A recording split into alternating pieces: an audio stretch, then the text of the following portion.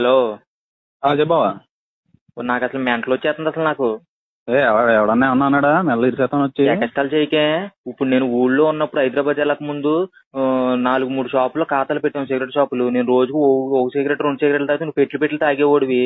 ఇప్పుడు ఏమో 15,000 అయింది బిల్లు. వాళ్ళేమో నాకు ఫోన్ చేసి ఈ నెలలో డబ్బులు కట్టకపోతే మీ ఇంటికి వచ్చేస్తామో మీ ఇంట్లో వాళ్ళతో చెప్తామో అంటున్నారు. నేను నెంబర్ ఇస్తే మీ ఇంటికి రాకపోతే మా ఇంటికి వస్తారా మరి? నువ్వు ఎదవని తెలుసు. నువ్వు ఫస్ట్ లో ప్రతి షాప్ లోను నా నెంబర్ నా పేరు ఎత్తినప్పుడు నాకు డౌట్ రాలా. అదేదో పెద్ద బిరుదులాగా ఫీల్ అయిపోయింది నేను. ఇప్పుడు అర్థమవుతుంది నాకు. అది నా సంస్కారం బావా. ఏంటి సంస్కారం ఏంటి? ఇప్పుడు ఇంట్లో తెలిసి ఇంట్లో చంపేస్తారు, ఊరంతా అలరైపోద్దిరా. అయిపోయాడు పాపం కుర్రోడు. డిగ్రీ అయిపోయాకమో ఇద్దరం కలిసి కోడి పందాలు ప్యాకెట్ అని తిరిగాం. ఈ రోజు వెళ్ళి హైదరాబాద్ లో జాబ్ చేసుకుంటున్నాడు. ఊరోళ్ళందరూ మమ్మల్ని మింగుతున్నారు, ఆయన చూసి నేర్చుకోవచ్చు కదా అని. ఓసారి నువ్వు ఎంత పోరంబో కదో తెలిసి అయిపోద్ది కదా అందరికి.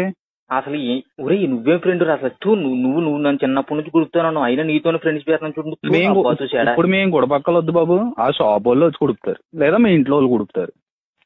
నువ్వు ఖచ్చితంగా నువ్వు సత్తావు. నువ్వు సచ్చినప్పుడే సుఖంగా ఉంటారా? నువ్వు సత్తే నీ దినంలో భోజనం నేనే పెడతాను. అవసరం 1 ఎకరం పొలం అమ్మేసి నీ దినం భోజనం నేనే పెడతాను.